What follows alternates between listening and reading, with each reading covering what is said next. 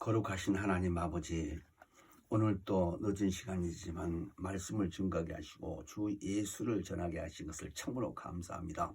아버지여, 녹음한 이 내용을 통해서 많은 영혼들이 말씀을 섬으며 갈급한 영혼들이 말씀을 정말 잘 듣고 깨달아 생명의 양식이 되게 도와주시고, 육체의 기간 동안에 살아계신 주 예수를 만민 앞에 증거할 수 있는 많은 영혼들이 나오도록 역사하여 주시옵소서. 부족한 종 말씀을 잘 깨닫고 성령으로 증거할 수 있도록 인도해 주시기를 간절히 빌며 예수 이름으로 기도합나이다. 아멘.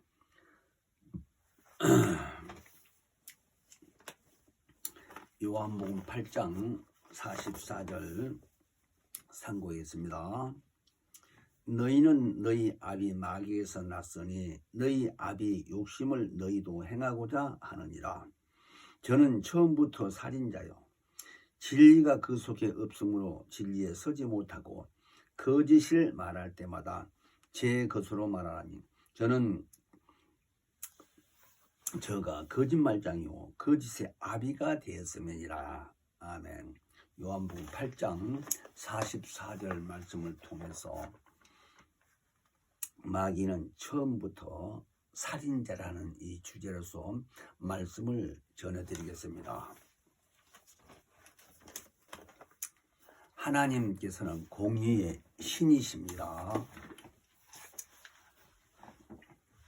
우리는 하나님이 공의의 신이심을 잘 깨닫고 마귀가 처음부터 살인자 됐음이라고 기록된 내용을 말씀을 통해서 잘 깨달아 정말 이 땅에 사는 육체의 기간 동안에 예수 안에서 승리하는 삶을 살아야 돼요. 오늘날 많은 사람들이 다 지식이 있고 훌륭하죠. 똑똑하죠. 그래서 예수를 믿지 않고 예수 믿는 사람들을 정말 참 비아냥할 뿐만 아니라 무시하고, 정말 인간은 스스로 살다가 스스로 죽는 것으로만 생각하고 마는 겁니다만은, 사람이 영적 존재로서 지음받아서 우리가 항구적인 존재임을 잘 깨달아야 됩니다. 하나님도 영이요, 천사도 영으로 지음받았고, 인간도 비록 육체가 있는 이 사람이지만 그 안에 영혼이 있는데, 천사나 하나님처럼 우리는 이 다음에 육체가 없는 영으로서 부활할 사람들로서 우리를 만드셨습니다. 그런 입장에서 사람을 짓게 된 이 하나님의 뜻을 잘 생각을 해보면요, 예수께서 육체로 오시기 위해서 사람을 지으셨다는 겁니다. 그래서 사람은 마침내 육체 안에 있는 영을 다시 부활시켜서 하늘에 올라가 하나님 영광 앞에 영원히 하나님과 함께 거하시게, 그렇게 계획을 하시고 진행하신 겁니다. 이 영적 존재라는 의미가.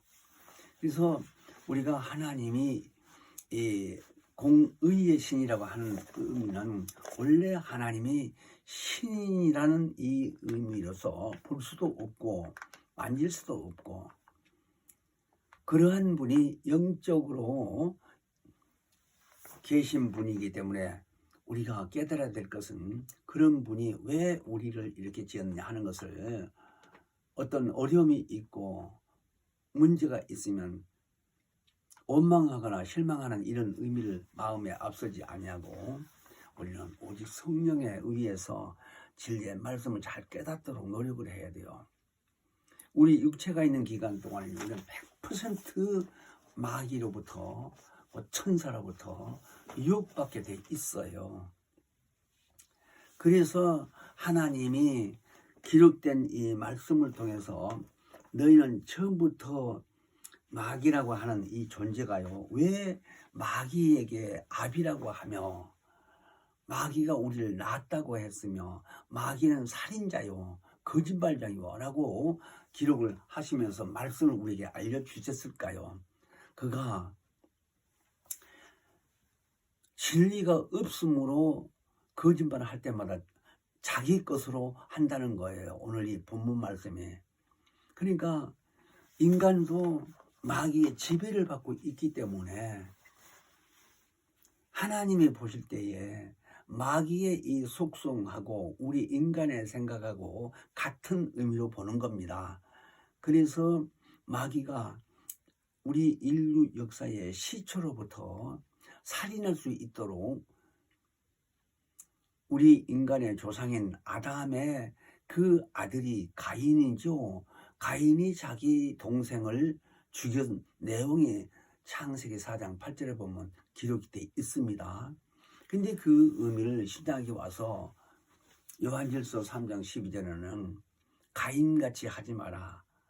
가인은 자기 아우를 죽였다고 내용인데 악한 자에 속해서 그렇게 살인을 했다는 내용이 기록되어 있는데요. 그래서 가인처럼 하지 말라 하는 이 얘기는요. 우리는 마귀가 왜 살인자인지, 왜 유혹을 하는지, 왜 거짓말을 하는 건지 벌지도 못한 존재를 어떻게 알겠습니까? 그러나 예수를 믿고 성경을 배우다 보니까 마귀의 행위를 우리는 알게 됐습니다. 그러므로 마귀가 비록 육체는 없지만 영적 존재로서의 인격이 있다는 의미를 잘 아셔야 돼요. 그래서 그 인격이 우리 인격이 있는 인간을 지배하게 돼 있어요. 같은 인격이 있기 때문에.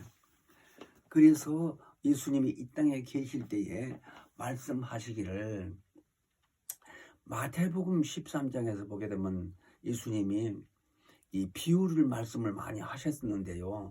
왜 비유로 말씀을 하셨을까 하는 것은 사람이 영적 존재를, 영적인 이 세계상을 알 수가 없거든요. 아무리 말을 해도 모르는 입장에, 보지도 못한 입장에서 어떻게 깨달아지겠습니까?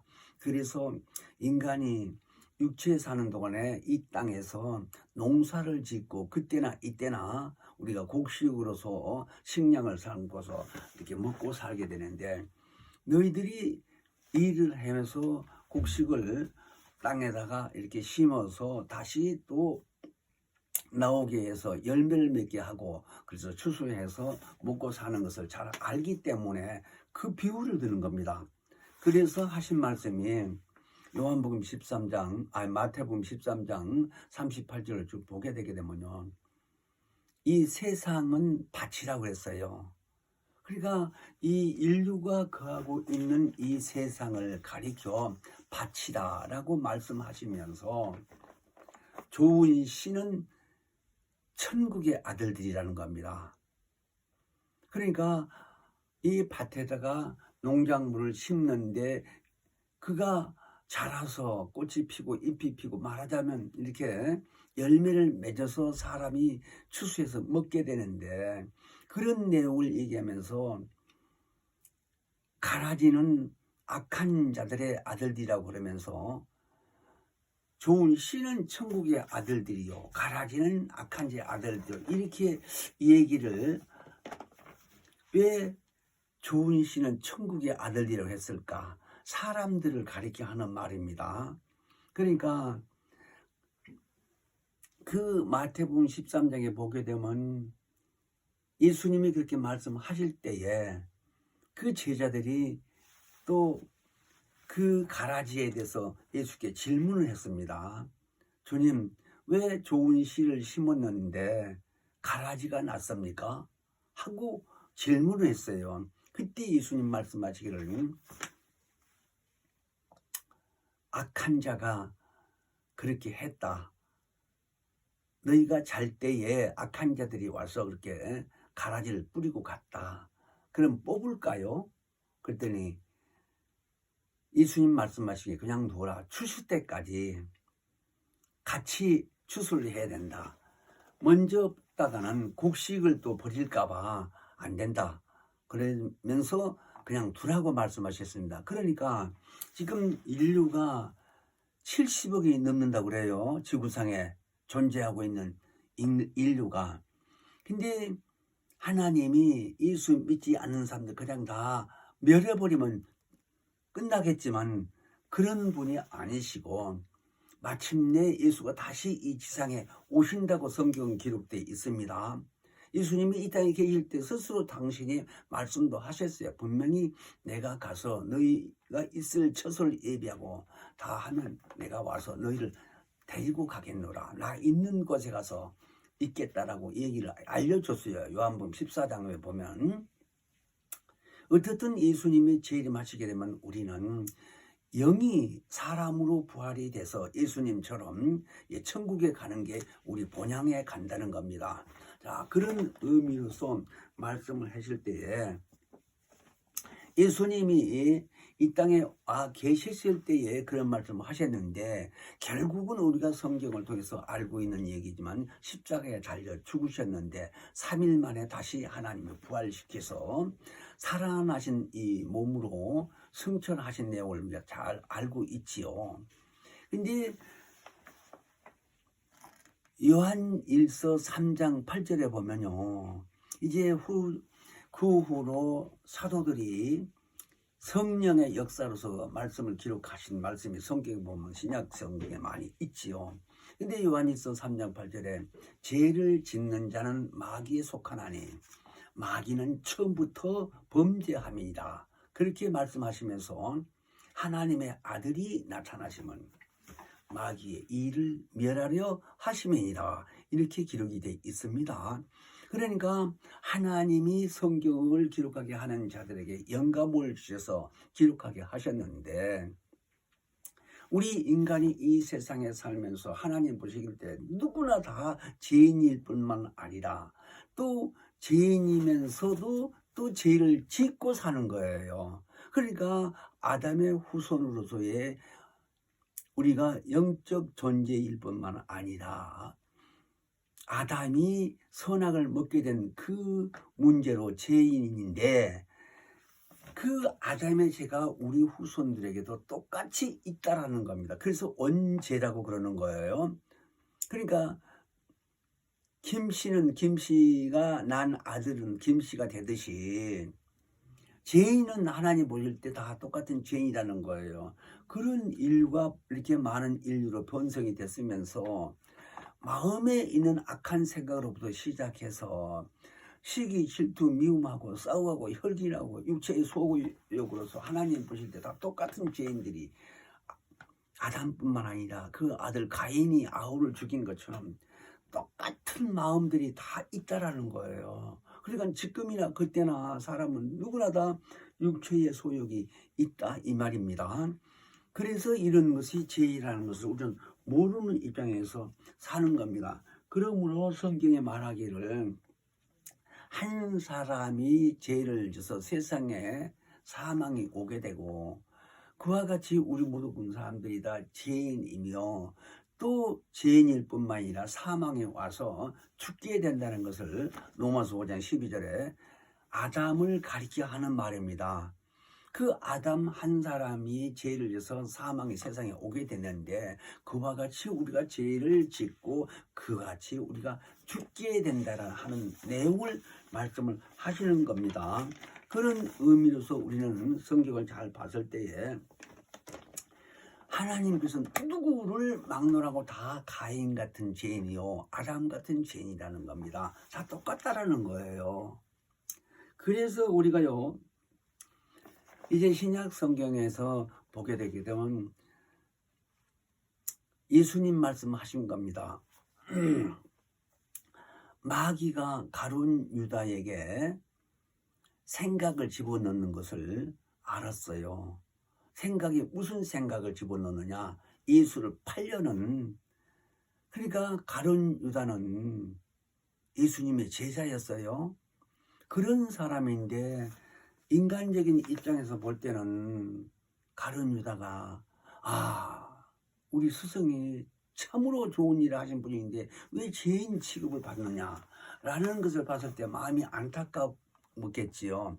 그래서 자기 생각에 안타까운 생각을 자꾸 고민하는 끝에 문득 생각나기를 예수를 내가 팔면 그러면 법정에 가서 심판을 받게 될 때 무죄하심으로 이렇게 죄가 없다는 것을 인정될 것이 아니겠느냐. 그때는 사람들이 죄인이라고 팔지 않겠냐. 이렇게 생각이 들었던 것이 마귀가 그렇게 유혹을 했다라고 요한복음 13장 2절에 예수님이 그렇게 알려주신 겁니다.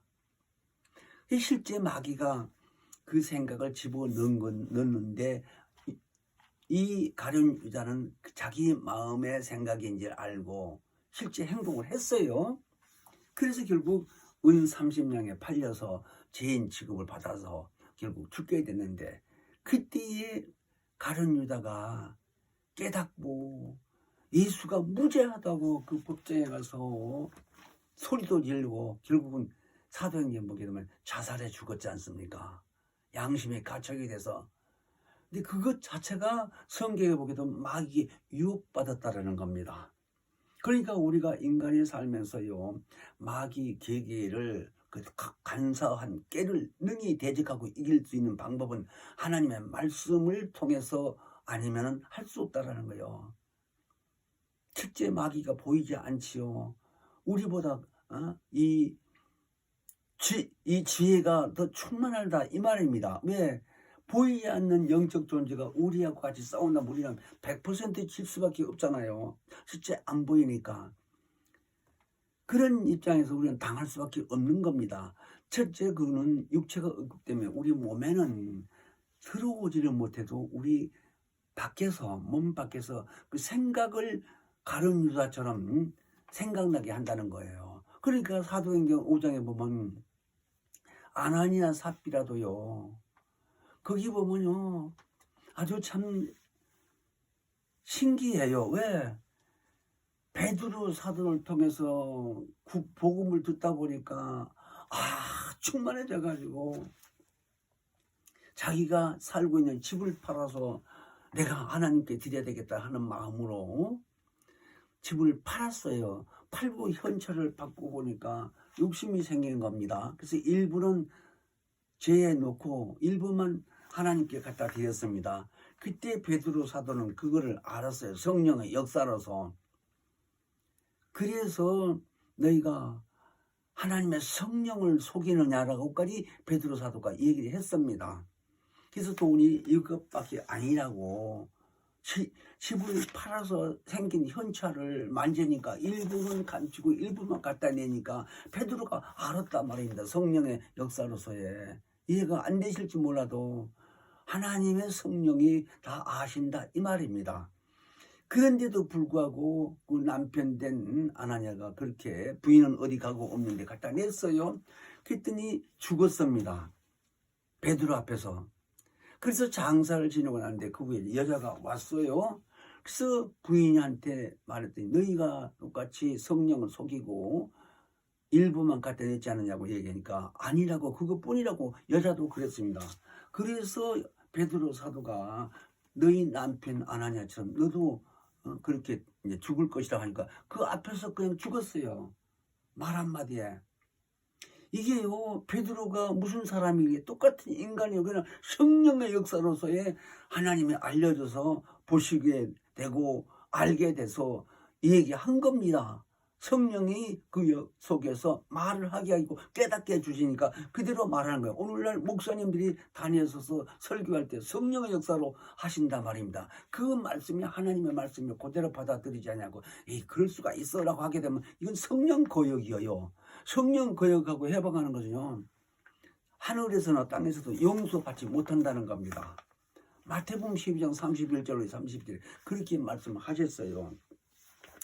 그러므로 우리는 오늘 이 하나님이 보좌 태초에 보좌 앞에다 가서 의와 공의를 보좌의 기초로 두셨다고 시편 기자를 통해서 시편 97편 2절에 말씀을 하셨는데요. 그 의미를 잘 아셔야 돼요. 그 하늘 보좌 앞에 하나님이 부리는 여호와 사자만 있었는데 그 보좌 앞에다가 의와 공평을 그 보좌의 기초로 두셨다는 거예요. 근데 마귀가 그 앞에서 불의가 드러나는 거예요. 그걸 마귀는 모르지요. 하나님이 그 보좌 앞에 의와 공평을 그 보좌 앞에다가 기초로 두셨다는 의미도 보이지도 않고, 하나님이 그 공의를, 공평한 이 법을 말하자면 법을 두셨는데 그 법 앞에, 하나님의 법 앞에 자기 생각이, 불의한 생각이 드러난 걸 모른다 이거. 그러니까 아까 아나니와 삽비라 현찰을 집에서, 베드로도 없는 집에서 집을 팔고 돈을 챙겨가지고 감춰놓은 거를 어떻게 알아요, 베드로가? 그죠? 오늘날 우리가 성령 받아서 성령이 하나님의 신으로 우리 안에 들어오셔서 성경 말씀을 자기 의지가 자꾸 배우고 깨달아서 기도하고 가르치려고 하고 전하려고 하고, 이렇게 되면 성령이 그 사람을 도와주고 역사를 하시는데, 교회를 다녀도 성령을 받았다고 치고 방언하는데도 불구하고 성경을 믿지 않는 사람이 부지기수입니다. 하나님의 성령이 그거 모르시겠어요? 하나님의 성령이면 하나님의 신을 말하는 거예요. 인격이 있다 이 얘기예요. 우리 안에 빛으로 오셨지만요, 수많은 사람이 성령을 받았어도요 다 똑같이 다 아십니다. 이거 정말 참 두려운 마음으로 하나님 섬겨야 돼요. 하나님은 본래 신이에요. 그러니까 이 우주 안에뿐만 아니라 천지라고 그랬는데 저 우주밖에 하늘까지도요 어디나 안 계신 데가 없고 무소부지하신 분이라고 우리가 알고 계시잖아요. 그러한 하나님, 그러니까 하나님이나 성령이나 같은 입장이에요. 예수를 우리가 말할 때 하나님 말씀하시는 거 똑같은 겁니다. 삼위일체라고 우리가 잘 알고 있지요. 삼위일체 하나님이라고. 그러니까 하나님의 세 분이 아니라 신이신 그 하나님 안에 말씀으로 노구스로 예수가 오시기 전에 계셨고, 그 안에 그 하나님 아버지라고 그러는데 그 안에 또 성령이나 성신을 가리켜서 같이 있었다 이겁니다. 그러니까 인격이 세 분인데 신은 한 분 안에 그렇게 있었다 이 말입니다. 그래서 유일하신 신이라고 그러고 홀로 한 분이라고 그러고 성경에 그렇게 기록되어 있지 않습니까? 그런 하나님 앞에서 거짓말할 수 있느냐 이거예요. 그러니까 하나님이 그 보좌 앞에다가 말하자면 구름과 흑암이 그에게 둘렸고, 그러면서 의와 공평이 그 보좌의 기초라 그렇게 시편 97편 2절에 기록했다고 그랬습니다. 거기서 구름과 흑암이 무슨 의미인지를 우리는 잘 알아야 돼요. 왜 그렇게 말씀드려야 되느냐, 예를 들어서 이스라엘 민족들이요 430년 동안에 애굽에서 종살이를 했습니다. 그런데 이제 하나님 보시기에 너희가 애굽에서 나와서, 하나님이 아브람, 이스라엘 민족의 아브람이 조상인데 아브람에게 약속한 그 나라에, 이스라엘 나라 말하자면 그 본향으로 가게 하겠다는 약속을 하겠는데, 그때에 모세 시대에 이제 애굽에서 나오게 되는데요. 그러니까 모세가 다 알려줘서 이제 내일 아침 새벽이면 일찍 나가야 되니까 다 준비해 놓으라고. 그날 저녁에 잠이나 제대로 자겠습니까? 애굽 사람들 모르게 나가야 되는데, 그래서 준비하고 이제 나오는데 그저 새벽에 다 짐 싸 짊어지고 뭐 애들 다리고 노인들 모시고 이런 식으로 해서 60만 명이 된 이 청장년이 있었는데, 어린애 뭐 애들 노인이 할 것 없이 해서 한 100여 명이 넘는 거예요. 그런 사람을 데리고 모세가 이제 나가는 겁니다. 근데 어디까지 가다 보니까 이제 앞에가 홍해 바다가 있는 거예요. 근데 그 앞에까지 왔어요. 근데 그게 이제 한 2, 3일 걸린 거예요. 애굽에서 나와서 여기까지 오는 길이. 근데 바로 왕이라는 사람이 생각하니까 후회가 되고요. 이스라엘 민족을 내보는 게 후회가 되고, 그러니까 성질이 나서 애굽 군대들 집합시켜 놓고요. 그러니까 승마를 타고요. 말하자면 말을 타고 성마들이 한 600승이라고 그랬어요. 600승. 그러니까 600승이라고 하는 600명이 600마리 말을 타고 쫓아가는 겁니다. 이스라엘 민족들 가는데 쫓아가 다 죽이라고. 임금이 그렇게 명령을 내렸어요. 그래서 부지런히 쫓아가니까, 말 타고 가니까 이제 그 사람들 뭐 2, 3일 걸어서 가는 그 거리라도 금방 가죠. 그래서 마침내 그 이스라엘 민족들이 이제 보이는 곳까지 가게 됐는데, 그때 앞에는 홍해가 있고 바다 있고 갈 수는 없고, 이 애굽 군대는 쫓아오고 기가 막히는 그랬더니 이 백성들이 해서 뭐 모세를 원망하고 애굽 땅에서 우리가 죽을 때까지 살다고 했는데 왜 여기까지 끌고 나서 여기서 죽게 하느냐고 원망하고 벨소리가 다 나오는 거며, 그때 하나님이 모세에게 알려준 겁니다. 네가 지팡이를 팔을 뻗어서 이렇게 바다에 뻗치고 있어라. 그랬더니 하나님이 천사를 보내셔서 그 바닷물을 쫙 바람을 불게 해가지고 양쪽 벽으로 다 바닷물을 싸게 하고 가운데로 통로가 나게 한 겁니다. 그 길로 이스라엘 민족이 쫙 건너왔어요. 근데 그때에 이제 밤에 건너오는데 환한 빛이 비치고 이 이스라엘 민족의 뒤쪽으로는 흑암이 있었습니다. 그러니까 앞에는 불기둥이 있고 뒤에는 흑암이 있고 해서 그 마병들이 거기까지 쫓아와가지고 이제 빨리 오지 못하도록 그냥 컴컴하게 보이지 않고 그냥 혼동시키도록 그렇게 한 것을 가리켜 흑암이라고 그랬어요. 그리고 앞에는 빛이 구름 기둥이 있고 하는 식으로, 이래서 구름과 흑암으로 이렇게 그들에게 돌렸고 하는 말이, 그때의 사람의 육안으로 볼 수 있는 흑암 불기둥을 했는데, 그런 구름과 이 흑암이 저 보좌에도 다 둘렸었다고 보는 거예요. 이 우주 만들기 전에 태초에 그 하나님 보좌 앞에서. 이런 의미를 오늘날 우리는 예수 믿고 구원받은 자들에게요, 하나님의 천사를 보내줘서 우리를 도와준다고 히브리서 1장 14절에 약속하셨어요. 성경에 보면 천사라는 말이 많이 있습니다.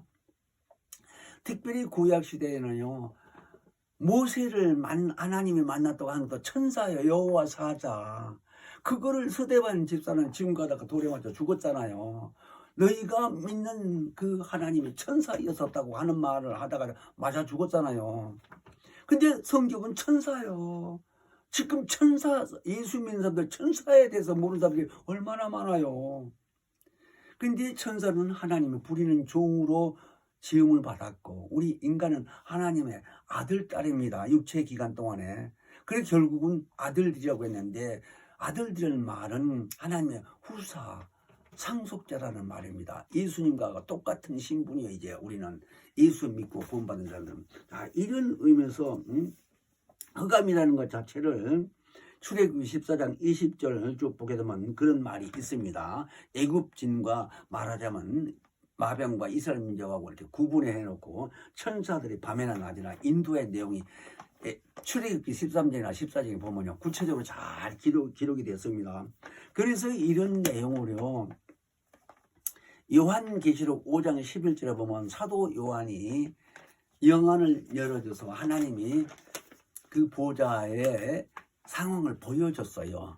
그랬더니 수많은 천사들이 그곳에 모여서 하나님께 찬양을 한 걸 이제 보여줬는데, 그런 내용을 이미 이사야서 6장에나 또 요한계시록 아까 5장에서 말씀드린 것처럼 그렇게 기록되어 있는데, 계시록 4장에도 있고요.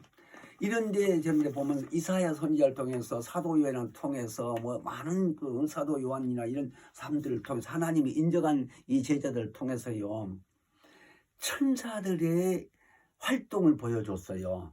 그러니까 이사야 선지자 같은 사람이나 에스겔 선지자 같은 사람들한테 보여줬는데요, 무슨 얘기냐면 그 보좌 앞에서 많은 천사들이요, 그 서랍이라고 써놨습니다. 그 서랍이라고 써놓은 말이 천사를 가리켜 말을 하는 건데, 날개가 있다는 천사리예요. 근데 날개가 6개가 있다는 거예요. 6개가. 이사야나 요한계시록이나 에스겔 선지자 다 써놓은 걸 보면요.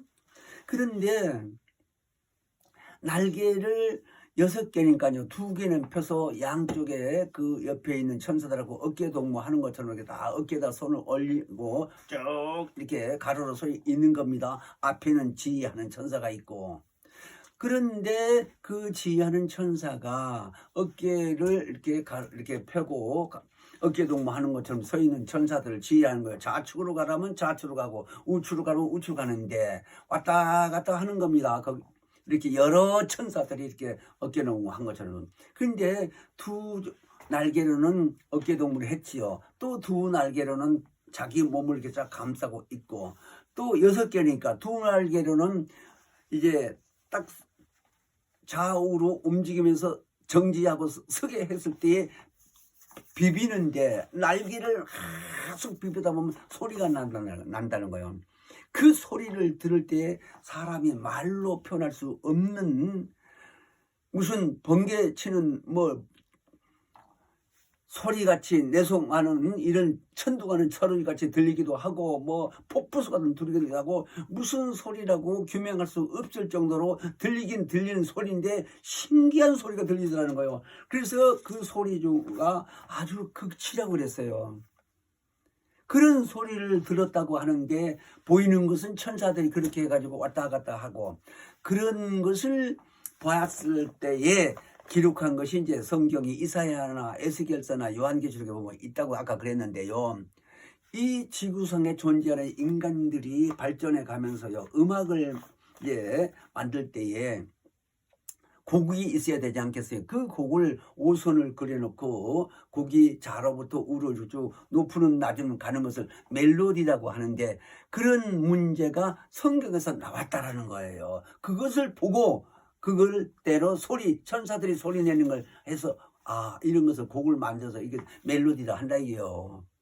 오선을 그려놓고 곡을 그리는 거. 아니 뭐 이 음악책에 보면 그 곡이 다 있잖아요. 찬송가 곡도 있고.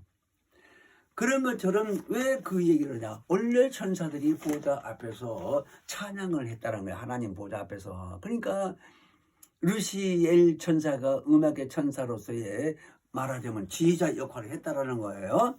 자, 그랬는데 거기서 그 음악의 천사장이었던 루시엘이 불의가 드러났다고 이사야서 14장이나 에스겔서 28장에 보면 기록이 돼 있지요. 그때 불의가 부정적인 생각을 가진 거예요. 그 앞에 보이는 천사는 여호와 사자였는데 너만 그 영광을 받느냐? 나도 영광을 받겠다라는 식으로 나도 그 높은 별들 위에 앉아서 자기도 그렇게 영광을 받아보겠다 하는 마음을 가진 것이 불이라는 거예요. 이사야서 14장 12절 이하나 에스겔서 28장 12절 15절까지 보면 마침내 네가 불을 드러났다. 그러니까 그렇게 되려는 때는 뭐 기가 막힌 옷으로 꾸미고 이렇게 유명하게 아주 차리고 하는 이런 모습이었는데 마침내는 그 마음속에서 불의가 드러났다라고 기록되어 있었을 때 그 불의가 하나님의 이 종으로 쓰임받는 천사들의 신분이 자기도 하나님처럼 되겠다는 것 자체가 얼마나 교만이에요. 그러니까 그런 것을 보고 우리가요 오늘날 천사가 우리에게 와서 도와준다는 의미를 잘 알아야 되는데 우리가 확실히 규명해야 되는 것 자체는 예수님이 이 땅에 오실 때만 하더라도요. 아기 예수로 성모만을 통해서 누가복음 2장에서 보면 잘 기록되어 있지요. 그때 이스라엘 민족들이요. 호족을 정부로부터 왕이 이제 지시하니까 전 세계에 말하자면 유럽 일대에 흩어져 있는 이스라엘민들이 모여드는 게요. 이스라엘 땅으로. 그때 마리아가 임신이 돼가지고 이제 예루살렘으로 가서 이렇게 자기도 그렇게 해야 되는 입장인데 사람들이 많다 보니까 애는 배에서 이렇게 배는 부르는 입장에 가다 보니까요. 애는 이제 나게 된 거예요. 근데 사관이 없었다고 그랬어요. 여관이 없다 이거 사람들이 많아가지고. 그래서 말이 자는 그 말구유가 있는 거기서 애를 낳게 되는데 마침내 애를 낳아서 강보에 싸서 말구유에 누웠는데 밤에 근데 그 주위에 그냥 벼랑간에 화려지더니 하나님의 영광에 비춰서 그 광경을 저 밖에 있는 목자들이 양을 이제 자는데 이리떼들이 와서 잡아갈까봐 그걸 지키는 겁니다. 경비 서는 거예요. 말하자면 교대로. 근데 그들 눈에 보이는 거예요. 근데 누가복음 2장에 보게 되면 허다한 천군과 천사들이 왔다고 기록이 돼 있어요. 근데 그들이 얼마나 많이 왔는지 막 허다한 천군이라고 그랬어요. 그러니까 하늘의 천사들이 다 왔는지 하여튼 무지한 천사들이 와서 노래를 하는데 아까 보좌에서 찬양했다고 그랬지요. 신기한 소리가 나와서. 근데 그들이 와서 소리를 하는데 그 목자들에게 들렸어요. 지극히 높은 자들에게는 하나님, 높은 곳에 있는 자들에게는 하나님께 영광이요, 땅에서는 그 기뻐하심을 입은 자들의 평화로라고 들리더라고요. 이런 말로 들리더라고요. 성경 써지기를. 그런데 그 많은 천사들이 왜 거기 왔느냐 이거요. 아기 예수가 거기 구유에 누워있는 곳을. 예수가 누구예요? 천사들이 다 안다 이거예요. 비록 아기 예수이지만 하나님이라는 걸 안다 이거예요. 이해가 되세요? 그 신이신 하나님 품 안에 말씀으로 계셨던 그분이 성령의 역사로서 마리아에게 잉태돼서 10달 동안 아기 예수로 자라게 해서 10달에 차서 태어나게 했다 이거예요. 그걸 하나님이 성령을 역사로서 천사들 거기 와서 영광 돌리게 했다라는 의미예요. 이런 의미를 우리는요, 이거 옛날 얘기가 아니에요. 실제로 예수가 오셨다가 가셨잖아요. 죽으시고. 그것도 부활시켜서 하나님이. 근데 부활시킨 하나님 안 보이죠. 또 성령이 애를 낳게 한, 잉태하게 한 그런 성령이 보입니까? 하나님의 신인데.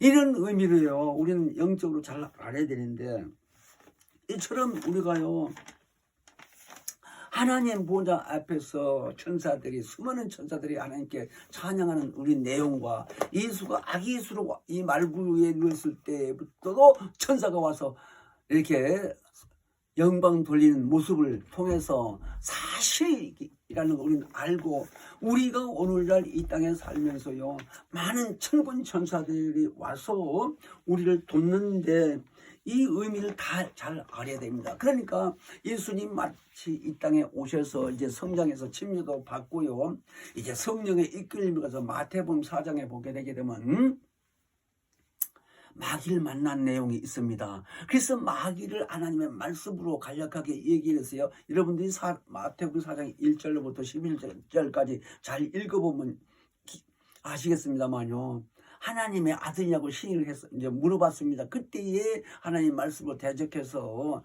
내쫓은 내용이 나옵니다. 그래서 결국은 마귀가 도망가게 된 내용이 거기 기록되어 있는데 그게 심판이에요. 예수가 이 땅에 와서 심판한 거예요. 아까 제가 요한일서 3장 8절에 죄를 짓는 자는 마귀에 속하나니 마귀는 처음부터 범죄함이라 그랬어요. 그런데 하나님의 아들이 나타나시면 마귀의 일을 멸하려 하십니다. 그랬습니다. 그 목적을 이루기 위해서 먼저 심판을 하는 것이 지금 마태복음 4장 말씀하셨는데, 거기 보면 마귀가 실제 와서 3번씩이나 유혹을 한 걸 다 하나님 말씀으로 물리친 내용이 있습니다. 그러니까 하나님의 말씀으로 마귀를 물리쳤다고 하는 내용에 대해서 우리는 잘 알아야 될 것이 왜 그러느냐.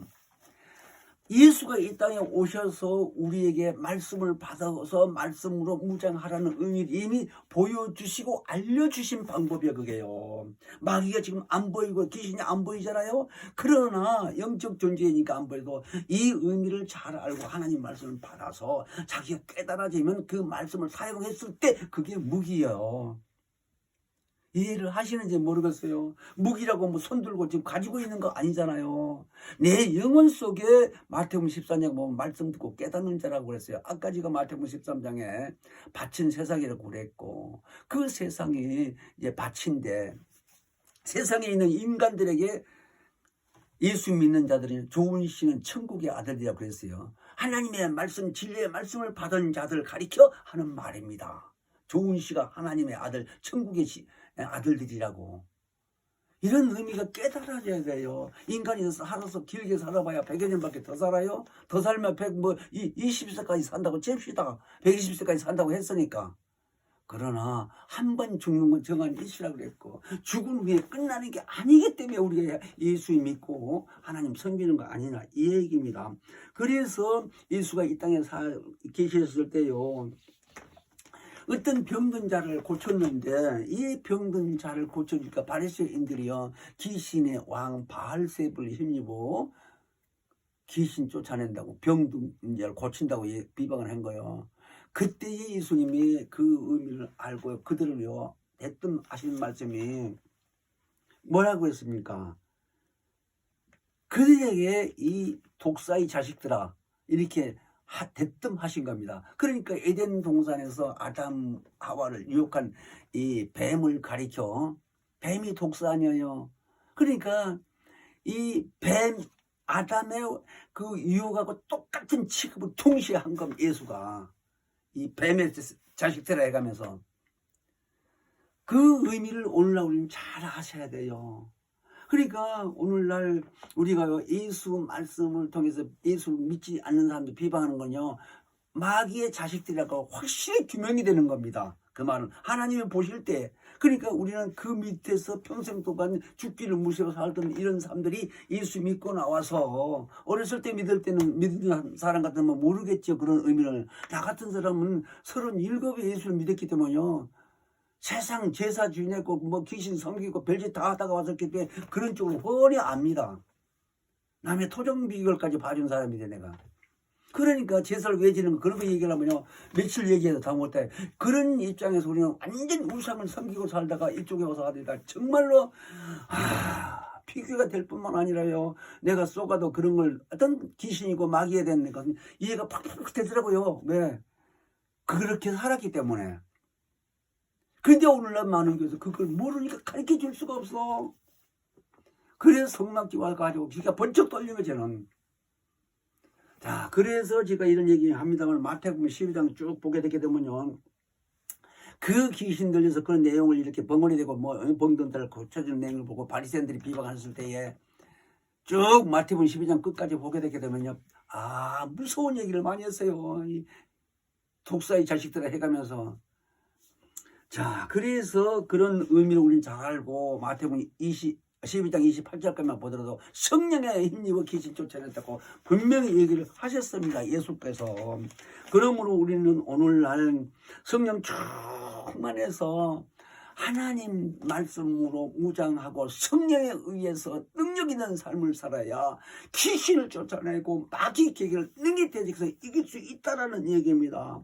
그래서 우리 속에 불의가 들어오는 걸 합리적으로요, 타당성 있게 이렇게 받아들이게 되게 되면 자기 생각인지 알고 착각한 사람이 많아요. 미혹이 뭔지를 몰라요. 옆에 사람한테 소리를 듣고도요, 미혹받고 있는지 하나님 볼 때 저 녀석 지금 미혹받고 있는데 모르는구나. 근데 보이지 않으니까 자기 생각인지 안다. 이 사람 말을 들을 때에 나도 그런 일이 많이 있었으니까요. 아예 믿지 않았을 때는 말할 거 없고 그렇게 살았으니까 뭐 두말할 거 없고, 믿는 후에도 많은 유혹을 받았어요. 저도. 왜? 인간이라는 건 그렇다니까요. 저 사람이 합법적으로 잘 얘기하다 보면 그게 그런가 하고 받아들이다 보면 그게 속은 거예요. 자, 그래서 우리는 성경을 많이 알고 성경에서 성령의 역사하는 대로 그 말씀이 생각나게 하고 그 말씀이 기억나게 하고 그 말씀을 대언하고 증거할 때에 하나님의 역사가 일어나는 자시고, 귀신이요, 들어왔다가도 이 사람은 계속 그런 쪽으로 하게 되면 여기 있을 수가 없어요. 지가 나타나서 일할 수가 없어요. 그러니까 나가버리는 거예요. 아예 들어오지도 못하거든요.